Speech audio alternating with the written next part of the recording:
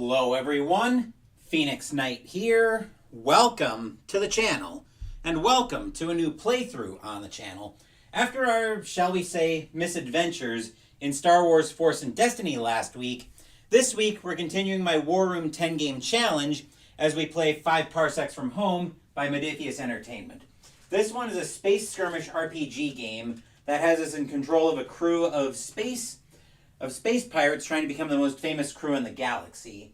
Unfortunately, our crew has taken quite the beating on this one. We've already lost Rashana Anselmi, who's one of our original snipers. You're just in time for me to set the scene here, Jester. Things are going pretty well for the most part. Then we've got, let me just refresh our memory on our characters here. Alien with 2 daggers. All right, this is our crew leader, Jada Lungu. Lungu or Lunga? I can't read my handwriting, but I know I typed everything up for their Lungu. I did type up the backstories of bringing everybody together.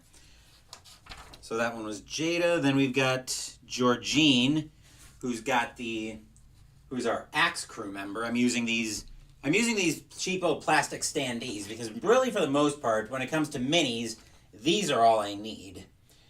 Then we've got Sophia, who's actually one of our snipers. We've got a pair of snipers on this crew.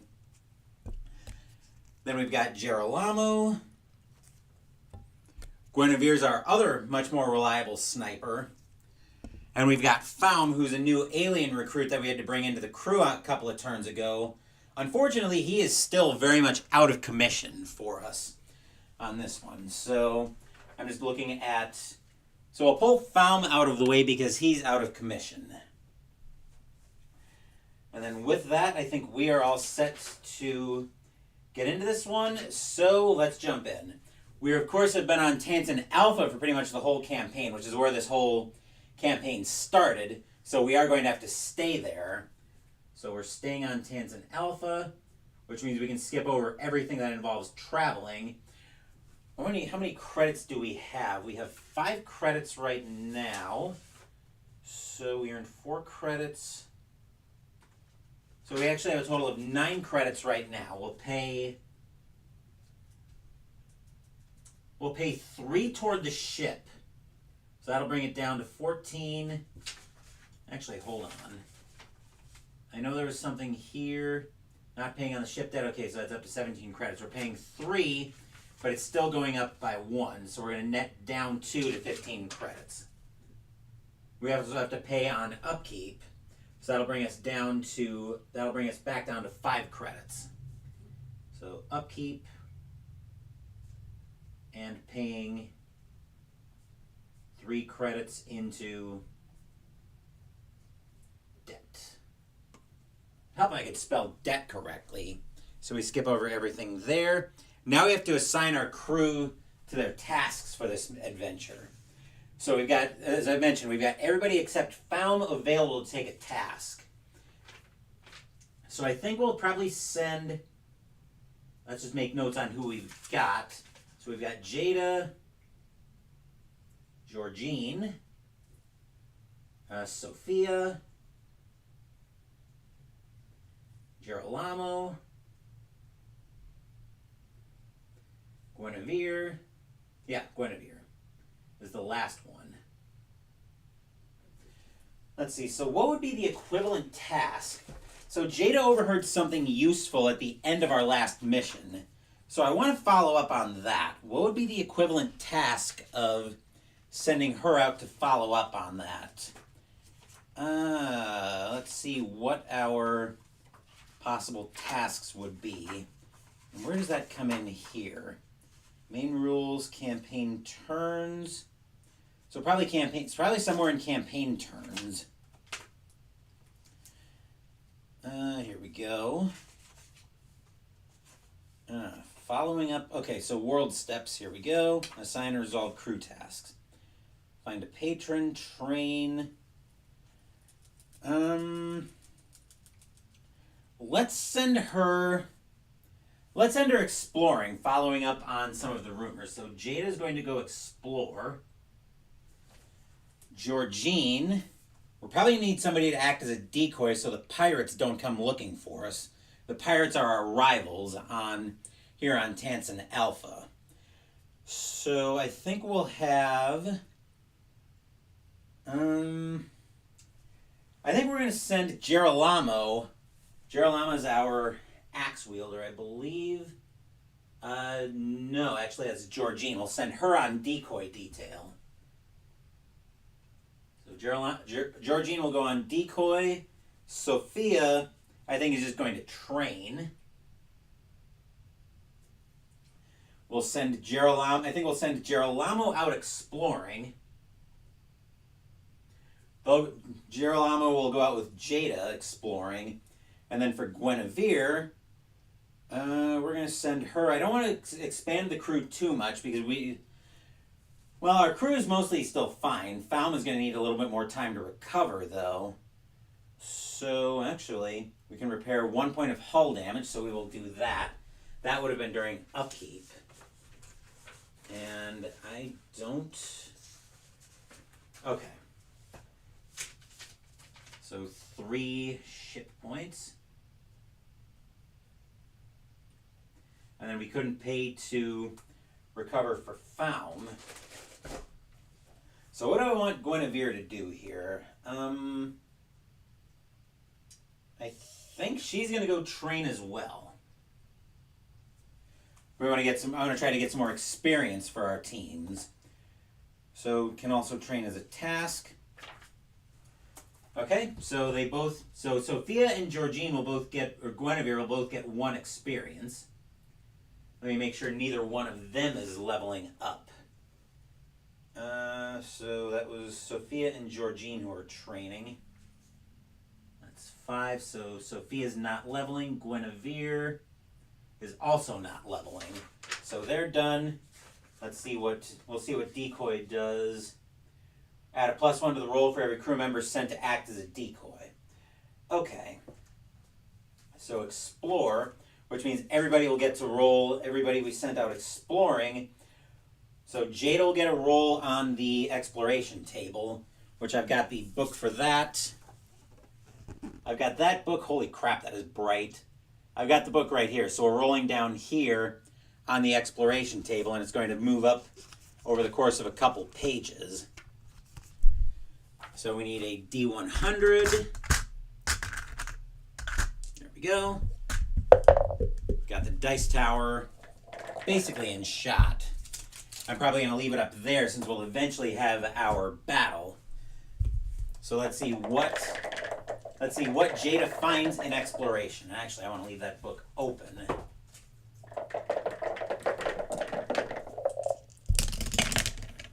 Let's see, that's a 0-0, which presumably is going to be a 100. So this place is rather nice. When you're ready to leave this world, unless it's being invaded, you must pay 1 story point of this, or this crew member will decide to stay behind. Yikes. Alright, so Jada must be is a little bit too attached to Tansen Alpha, which isn't rather surprising since it is her home world. 1 story point, or stays. At this rate, we're probably never leaving Tansen Alpha. We've got a roll for Girolamo as well. So let's see what Girolamo comes up with.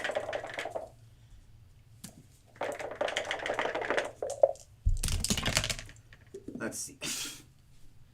Seriously? So now we're going to have to spend 2 story points to get our crew back, to keep our crew together. Great. That's another 1 story point. So that'll be 2 story points to keep both of them. Delightful. Okay, so we didn't get a job offer. We didn't get a job offer here. So determine job offers. We don't have any of that. Received a job offer. You need to determine. Okay, next to roll to determine the danger pay. Job offer from a patron. We do have our outstanding jobs, but we won't worry about any of that. You may find rumors as you're in play. Okay, so we're not currently on a quest. Alright, so now we're rolling a d6 to resolve any rumors. We've got our quest rumor that we got at the end of the last adventure. So now if the roll is equal to or less than the number of rumors we currently have, then we have to receive, then we resolve the quest. That's a 2, so we don't have so our quest rumor doesn't turn into a quest for us. So now we've got to check to see if a rival is equal to the number of rivals we have. So we have 2 rivals, but we haven't fleshed out the second group of rivals yet. Of course, the pirates were our main rumor type. So we need to roll a d6. We do get to add 1 though, since we sent out. So rumors. No. Now we need to roll for battle. Check for rivals. We have 2 rivals, but we get to add +1 to the roll since we sent Georgine out to act as a decoy.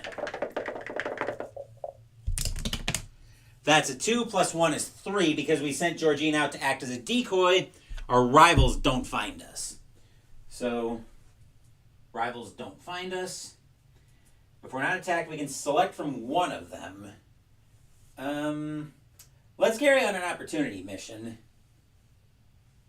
See by the tracking the package is still on the way. That's terrible, would call and complain, but nobody cares. Yeah, it's actually been really driving me nuts too. It's been in transit since Sunday. I've signed up for text updates to try to keep an eye on that, but that is completely ridiculous that it's still... although I did see an article about USPS supposedly going through changes effective April 1st. So I don't know if maybe the package got caught up in that or what ended up happening, but yes, that is completely ridiculous. I'm not mad at you at this whole situation, Jester. I know damn well it's not your fault. I'm probably just as frustrated by this whole thing as you are. But, so now our job will go for an opportunity job. I am making notes here. Opportunity job, okay.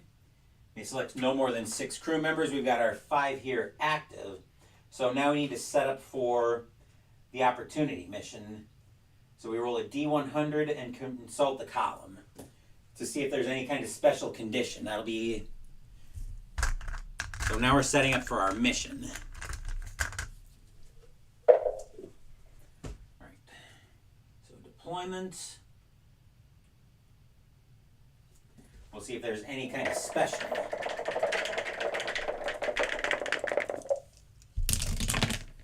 Let's see, that is a 13. That's my first non-100 roll today, so no special deployment conditions.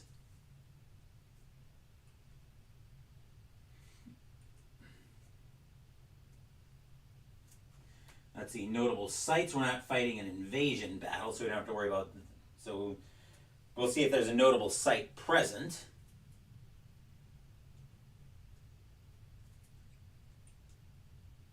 Right. So many sites that I've got to make sure I get the right spelling for it.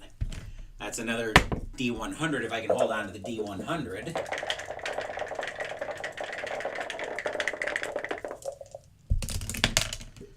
A 54 means there's probably something interesting. So a 54, shiny bits, which means we gain 1 credit. The item is placed 2d6 plus 2 in a random direction from the center of the table. So, shiny bits, which we'll place when we go to the battle. So now our objective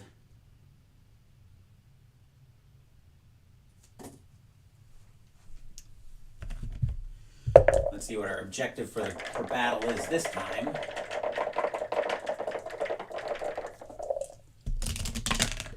Let's see, objective is a 96. 96 is a... that's a D10 roll. So we don't need the D100 for that. Let's roll that again.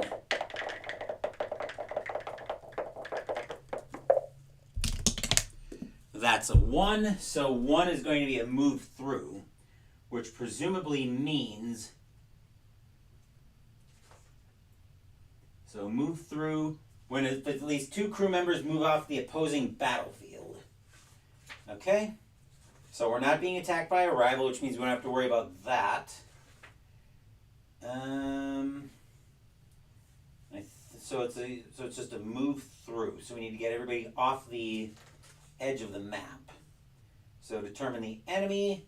We'll determine what our enemy is that we're facing, which might also help me tell a little bit of the story that we're going through. So for an opportunity, so it's a D100 roll for what we're fighting.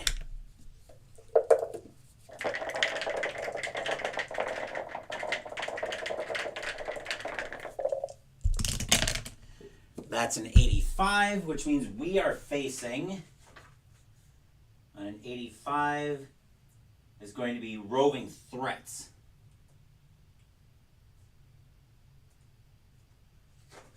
So if we go to roving threats, here we are, stumbled into something dangerous in the area, which might tell me a little bit about the type of map I want for this. So let's see what we've got here.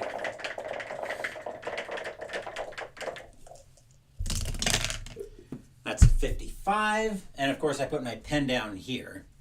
So choose our battle. So a 55 means we are fighting sand runners.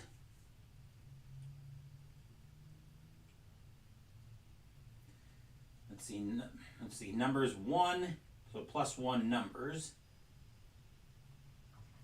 Panics on a 1 or 2, on a 1 to 2. 7 inches of speed, so that'll be 7 spaces when we get the hex map ready to go. +0 combat skill, 3 health. AI is B, which is beast. And fangs damage +1.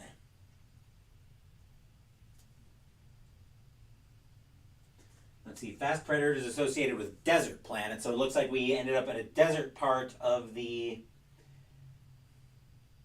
So it looks like we ended up in a desert part of Tansin Alpha. So maybe a rumor took us into the desert would be my first guess. Let's see, what else do we have to set up for the battle? Okay, so now we're setting up the battlefield, which means now I want a desert map of some kind. I'm sure I've got something in my book of map, in my collection of map books. Might be a map I used earlier, but let me see what I've got here. That could be a good one. Sci-fi, that could be one that's workable as well. Cyberpunk, I'm probably not going to want. No. Let's see, that's another sci-fi book, so I probably don't want that.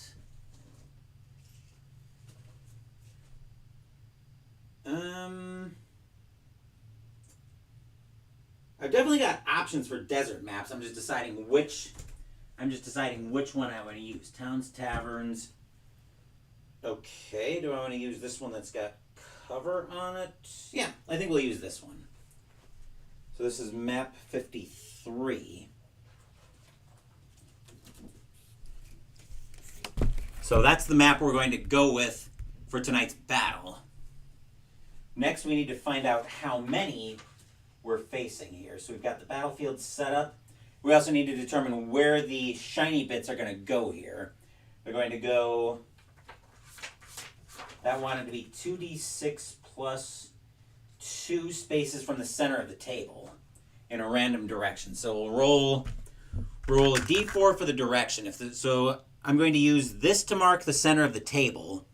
So I'll use a d4 for the direction, and then I need 2d6 for how many spaces away from the center I'm going. So 1, 2, 3, 4.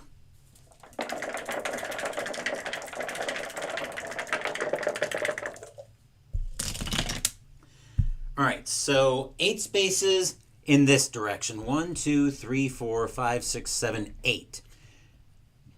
I think rather than take a chance, I'm going to grab a D20 and I'll put that up there. It might be, let me see if I can zoom in on the map just a bit. Adjust the camera so I can make sure the map gets in shot and bring the dice tower over so it's a little bit clearer to see everything. Looks good there.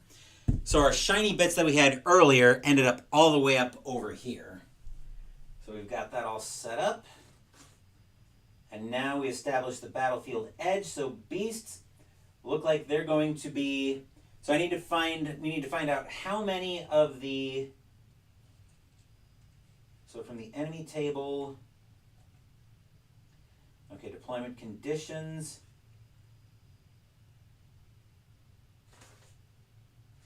Okay, so we need to set up our beasts in pairs.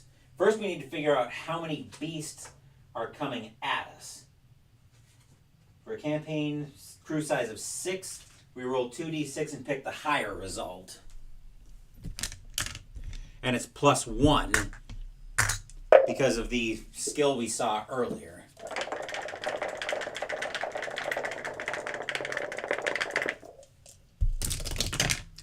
All right, that's a 5 plus 1 is we have 6 sand runners coming at us. So sand runners, 6 of them. Now I've got to have something that I can use as a reasonable facsimile for sand runners. Let me look in my standees collection and see what I can do about that. Actually, I can probably just use this this spider horde group. These will probably do the job just as well as anything else. Yeah, actually these will work well. That was easy. Now we just need to get the bases.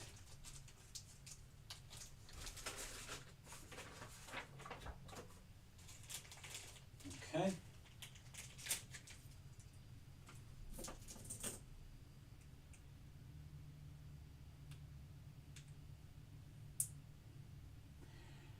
I'm trying to get these into the... There's one. Oh, probably had to push the middle piece out. 2, 3. Pushing another middle piece out. Which does not want to go in the garbage for whatever insane reason. There we go. 4, 5,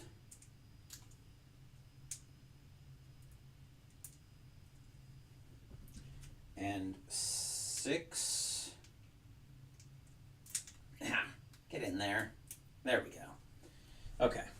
So now we got to set these up in pairs. So there are our 6 sand runners that I'm setting up. I was setting up the bases off shot in case you were wondering what my cussing and swearing was about. So beasts want to be set up. Divide the table into roughly 3 equal parts, which is hard to do with these hex maps. So what we'll do is I think we'll just put 1 here, so there should be 2 spaces between each one. Put 1 pair there, 1 over here, and we'll put another pair over here. And we are coming in, so we have to decide which edge we're going to be entering from. I think I kind of set up over here, figuring that's where we're going to be entering. So we're entering basically all together. Is there any kind of special setup we have to do?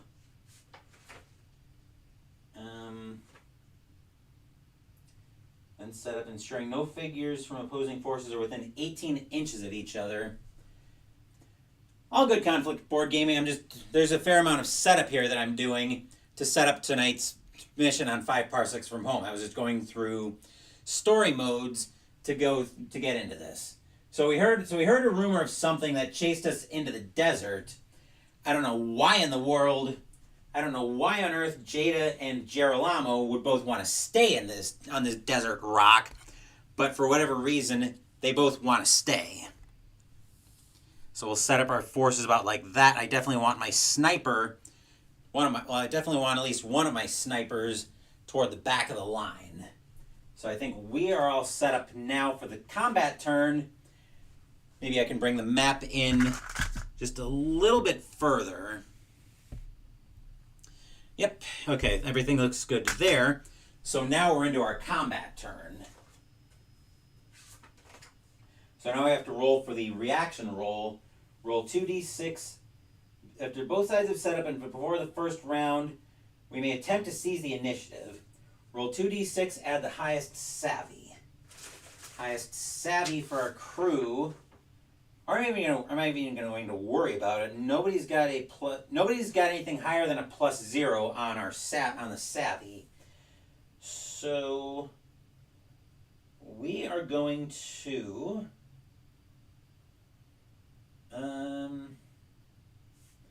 I think we'll try to seize the initiative. So we've got a 2d6 that we'll use blue dice for the reaction roll. So we are going to try to seize the initiative, see if we catch these sandrunners flat-footed. We need a 10+, but we get a +1 modifier because we are outnumbered by these sandrunners. That's a 5 + 1 is 6, so we don't seize the initiative, which means we have to roll for actions like normal. So now we're into our first round of combat, which means we have to roll our reactions. So we're going to roll 1d6 per member of the crew that we've got in combat. In this case, we've got 5. And then we'll assign those to everybody. Anybody who's got a roll assigned to them at their reactions or below. Actually, no, I think it's just below reactions. Equal to or below their reactions will act in quick. Then everybody else will act in slow. So basically, we just need to get out of the... Actually, I'm going to roll for which direction we would have to use. We'd have to escape from to get out of the map. So 1, 2... I'm not going to count this as an edge. So actually, the way I'm going to roll for that is I'm going to roll a d6 instead. 1, 2, 3, 4, 5, 6. We're coming in on this edge of the map, so I don't immediately just want to turn and run away for the edge of the map. All right, that's a 1, so we have to escape off of this edge of the map for our pass-through objective.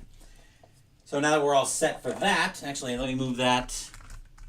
I'm going to leave that die up here, so I know that's the edge I have to escape through. So now we're rolling for the reactions.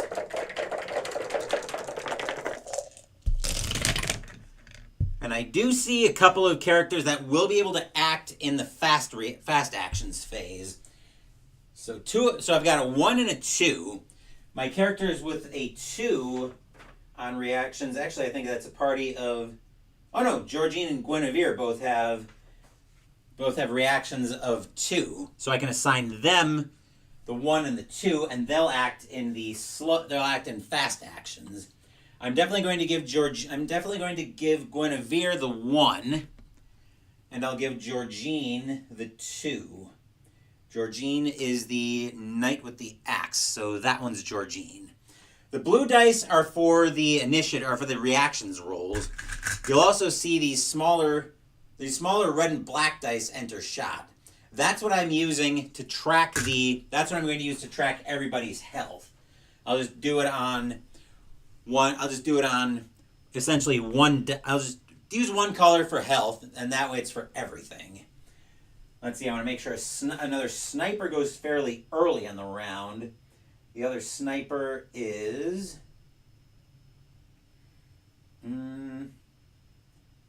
Actually, Georgine's got a rifle as well, so we'll probably be using that. We will give Sophia a 3, which this one's Sophia.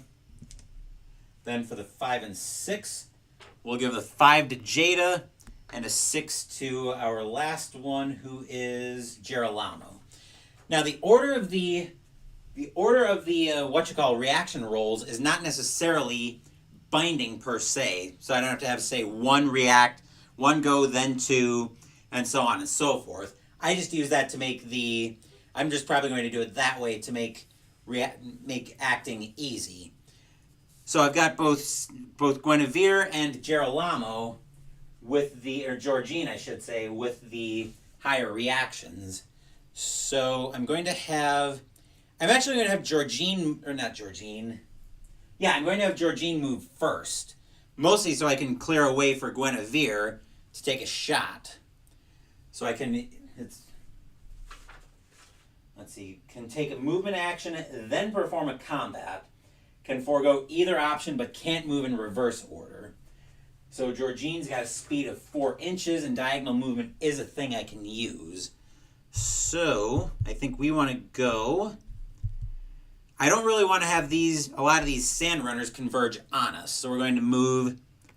So Georgine's going to move. She's actually starting here. 1, 2, 3, 4.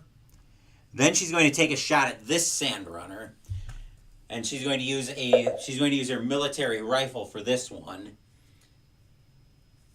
Let's see, she gets 1 shot, and it's a 5+ to hit, I believe, right? Let me just double check on that. Watch where you point that thing. Within 6 inches in the open, which that is not quite 6 inches in the open. 5+, so 5+ to hit, and no modifier for the attack. Right? No, just the 1 shot though. Actually, does she have a combat skill bonus? Nope. So a 5+ to hit, which that's a 1. So nothing happens there unless a 1 is considered a.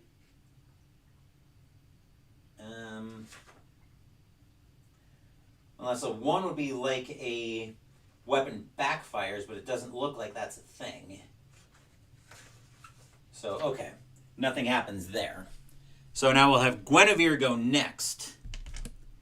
She's going to move 1, 2, 3, 4, and also take a shot at this same sand runner that Girolamo was shooting at earlier.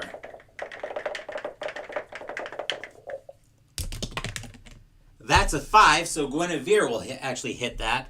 Then she's got to roll for damage at that. What's the word I want? The colony rifle. That's what it is. No special damage boost, so we're rolling a straight d6 for damage. And the sand runners all have 3 toughness. That's a 1, so that sand runner does take 1 damage. Okay, so now that everybody else is moving in slow reactions, we'll have the sand runners react. We'll have the one that was wounded. It moves 7 spaces, so it can get to Guinevere, which it will do. Then Fangs hit on a. Let's see, what did Fangs hit on? Fangs for them hit on a. It's a +0, so actually it's in melee range, so 3+ to hit. So 3+ on the Fangs to hit Guinevere.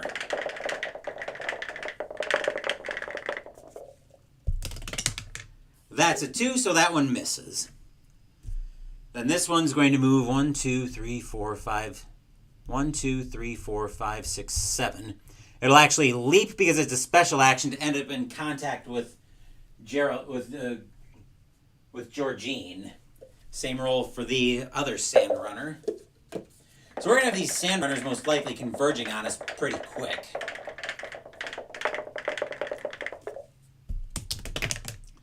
All right, that one hits Guinevere. Or no, that's Georgine. Does +1 damage on. The Fangs do +1 damage, I believe we established. I'm going to get another bookmark for that. Yep, Fangs do +1 damage. That's going to be a problem.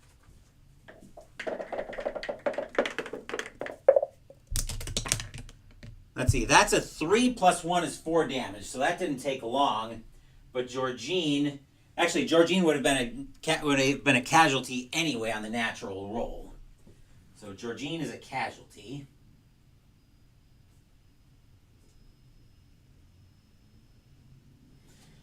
We'll have to deal with that at the end of the scenario. Then we've got to come to these other ones. So this Sandrunner, 1, 2, 3, 4, 5, 6, 7, will leap to end up in contact with, who is that, Girolamo? Yes. So this one's going to end up in contact with Girolamo, also rolling for a fang attack.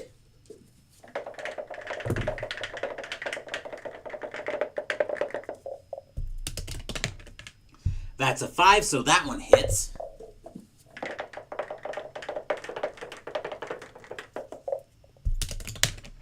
And a 4 plus 1 is 5 damage. So guess what? Girolamo just became a casualty as well.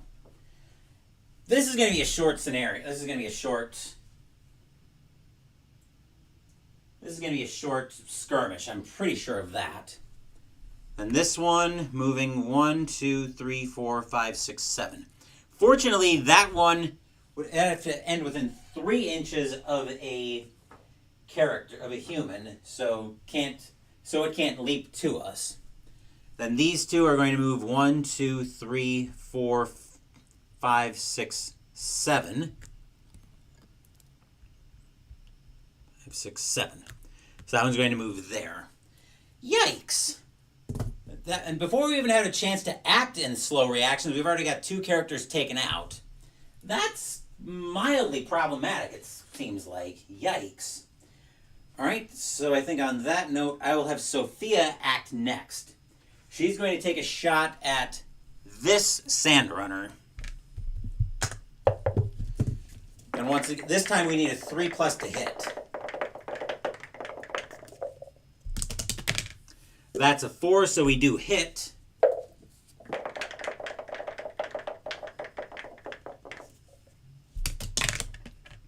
That's a 3. 3 damage takes out the Sandrunner, so that one's gone, thankfully. Then we'll have Jada move up 1, 2, 3 to get in contact with this Sandrunner, try to bail Guinevere out. We'll see what she can do with her daggers. Actually, yeah, she's got a broadsaber. We'll use that. We need a 3+ to hit.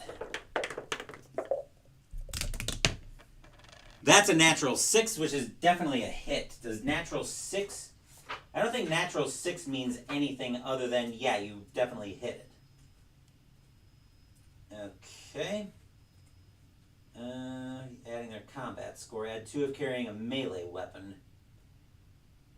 Okay. Score a natural 6, they inflict... Oh, that's a brawling roll. In base contact with each other will fight at brawl during a combat action rather than firing at range. Okay, so now we've got to roll an extra die for the Sandrunner. That's a 5, so they both are going to hit. So we'll roll the blue die for Jada's damage, the red die for how much damage the Sandrunner does.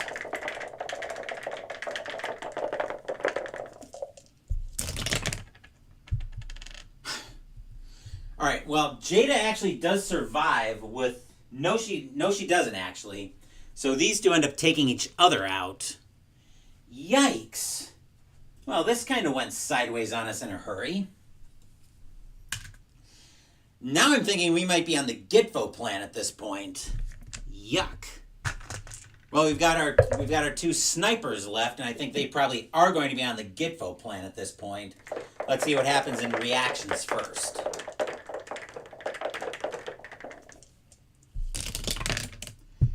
Both of them are going slow. That's problematic. Okay, so we'll start with this Sandrunner who's going to end up making friends with Guinevere. But is that Guinevere? Yeah, that's Guinevere. So now we've got brawling for both of them, which is a... Okay. Guinevere has got her fists, that's it. Whereas the Sandrunner's got fangs. All right, so we score a natural hit, but they don't hit us. So we'll roll on the for a melee attack. And just straight melee with our fists is... Okay, survivors pushed 1 inch back and stunned. Alright, so that's a natural 6, which means that Sandrunner is just eliminated. Alright, so now looking at this one, could get to either one. Who's that one moving toward? Odds, evens. Odds moving toward Guinevere. 1, 2, 3, 4, 5. All right, so we'll do our brawling roll again here.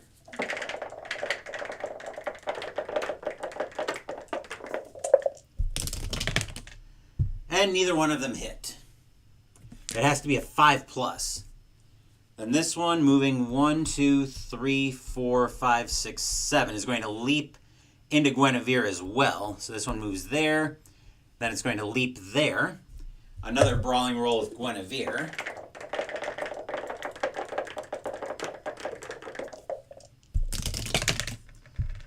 All right, neither one of them. 5+, actually, I think. If either character scored a natural 6. Resolve hits using the highest damage. Okay, fighters taking a hit are always... Alright, so it looks like it has to be a... Special hits are in addition to anything inflicted from combat themselves. Okay, so Guinevere does score a hit on this. Does score a hit normally on this Sandrunner. So we'll roll for damage from that.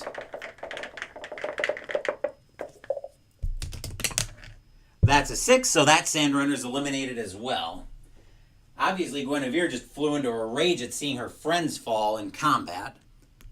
2, 3, 4, 5, 6, 7. This one can't leap because it's ending up too far back.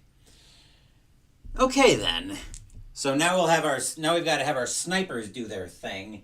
We'll start off with having... That is Sophia. We'll start off with having Sophia take a shot at this sniper, or at this Sandrunner.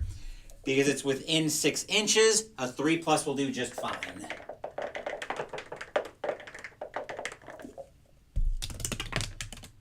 Which that's a 1, so nothing doing there. Then Guinevere is going to move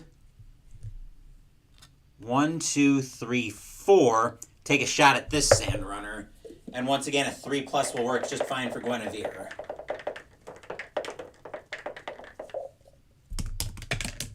That's a 5, so Guinevere will deal a hit. She's using her colony rifle. That's a natural 6, so that Sandrunner is eliminated as well. Wow. And we've got a new round.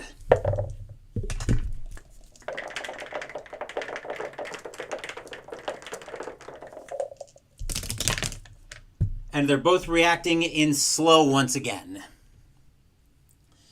This Sandrunner is moving 1, 2, 3, 4, 5, going to end up in contact with Sophia. So we'll do another brawl.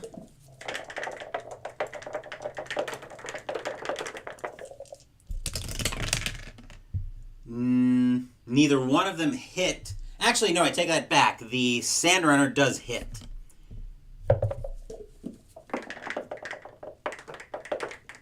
We'll see how much damage he does. 2 + 1 is 3. Sophia is taken out. So Sophia is a casualty as well. Yowza. This is not going well at all. So Guinevere, I think, is just going to try to move off the map. So, yeah, Guinevere is the only one who came out. Sophia. Jada. We're going to be doing a lot of rolling for fate here. And since I want to get moving off the map, Sophia is going to move 1, 2, 3, 4, take a shot at this Sandrunner. Excuse me. 5+ to hit here. That's a 1, so nothing happening there. And then Panic, I almost forgot to roll for Panic on that Sandrunner. On a 1 to 2, the Sandrunner leaves the battle, which I really hope we see a 1 to 2 here for obvious reasons. Alright, we'll test morale to see if they lost any. Roll a number of dice equal to the number of figures that were removed due to combat. So they lost 2 figures this round.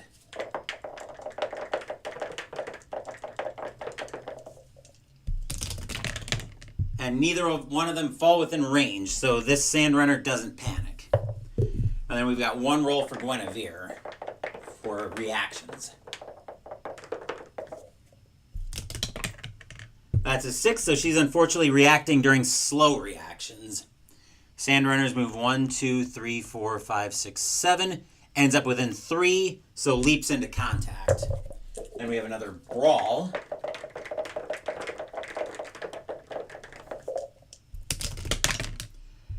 Which a natural 1 during brawl, I believe, just doesn't mean anything happens.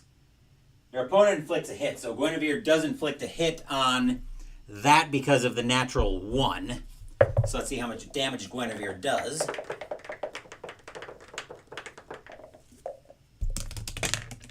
That's a natural 6, so Guinevere apparently carried the day on this one, basically defeated all the Sandrunners by herself. We didn't get up to the shiny bits up here, although we probably would have, so I'm going to rule that we would have gotten to it. So got to these, which will give us 1 credit. So now with the battle being over, and I believe we would succeed even with killing everything. Let's see, move through. If you drive off all enemies, you win as long as you have at least 2 crew members remaining. So no, we actually don't win the battle. All right, the battle. So this one can't be a rival, which is fortunate. We didn't have a patron status, no quest progress. Now we get paid. So paid, we get to add +1 for our credits.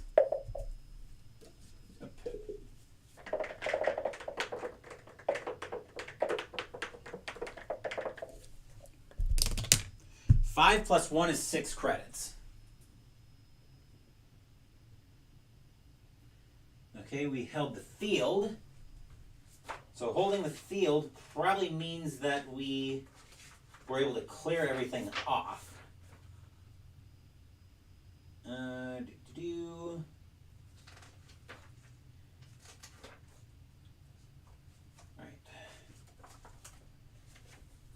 Let's see if there's an index in here to describe what hold the field translates to. So probably just drove everything off. At least that's what we'll go with.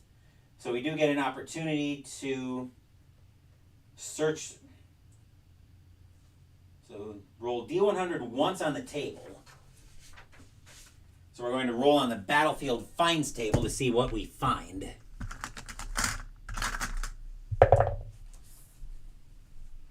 So let's see what we get here.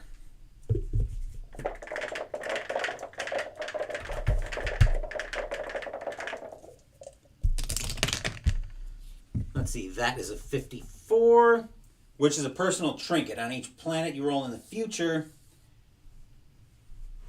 So loot.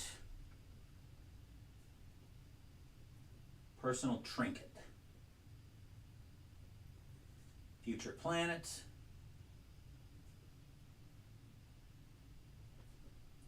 Roll 2d6. 9+. Find owner. And receive loot roll.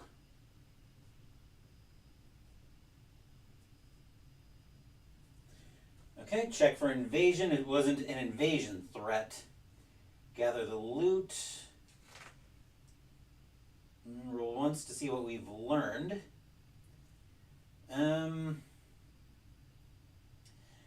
I don't think, let's see. So that was battlefield finds.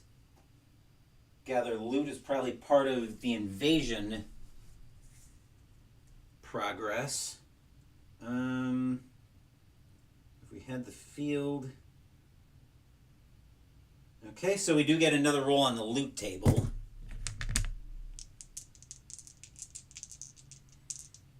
Actually, no. I don't think the Sandrunners would carry anything of value, so we won't worry about that. But now we're going to be busy because we're going to be rolling for injuries. And everybody except Guinevere ended up becoming a casualty, so we're rolling on the injury table for everybody else. So first up, we've got a roll for Georgine.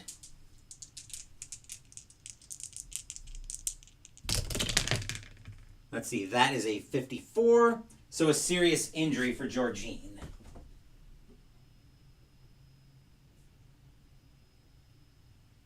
Out D3 plus 1 turn. So out 2 turns.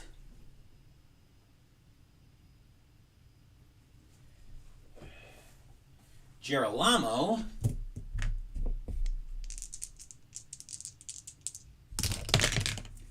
$66. Minor injuries, 1 turn, scratched up a little bit. Which the way these Sandrunners were going is a very lucky turn of events for her. Or for him, I should say. Sophia.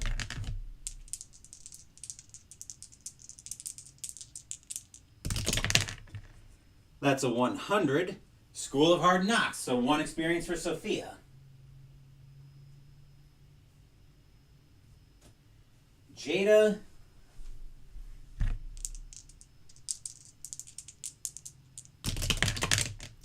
With a 16, miraculous escape. So plus 1 luck, but all items carried are lost. So miraculous escape for Jada.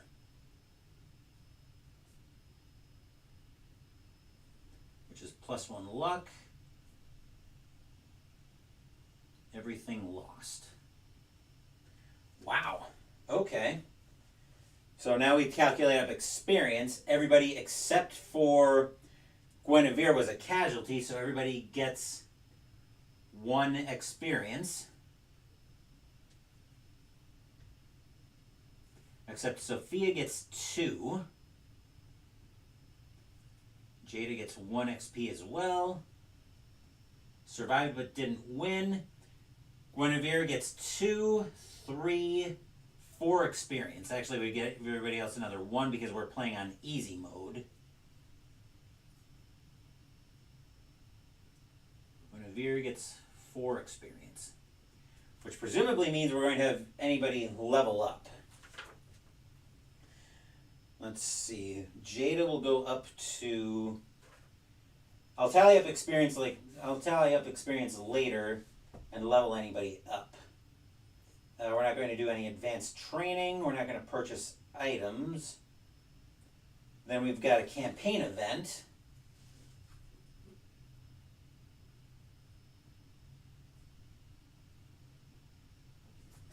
So we'll roll for our campaign event. That's another D100 roll.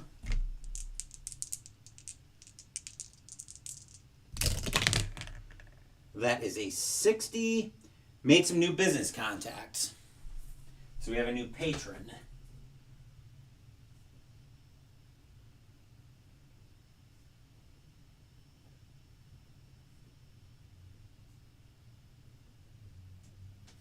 And a character event.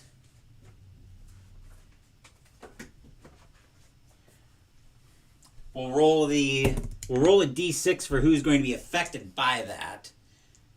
Is it a D6 that we're going to want? Yes, a D6 will work just fine for this. So 1 is going to be, so on my character sheet, 1's going to be Jada to 6 for Faum. Let's see, that's a 2. So that is Georgine. And all the violence is depressing. Refuses to participate in any battle during the next campaign turn, except for an invasion battle. Plus 1 story point as they gain a new perspective on life. So, character event. Georgine. Depressed. endless violence.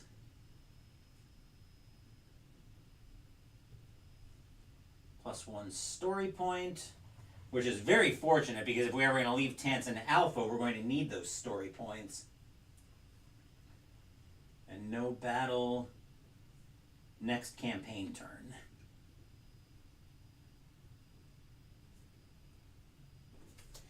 And I believe with the character event, we're not in the middle of galactic war. We're not tracking any planets that were invaded. So that is actually it for this playthrough of 5 Parsecs from Home. Normally I'd write up an after action report, but this one I don't think is really suited to an after action report because we got ambushed by a crew of sand runners and almost got destroyed, which the getting everybody taken out wouldn't have made much for an after action report.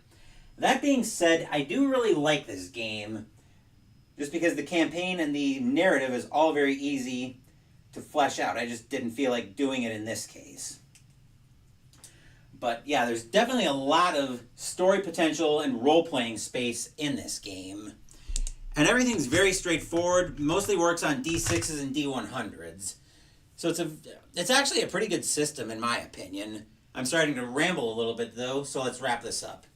Tomorrow night, we'll be back to a little bit more normal business as we'll be moving to Olympic Stadium in the 1985 replay in season ticket baseball for Game 3 of the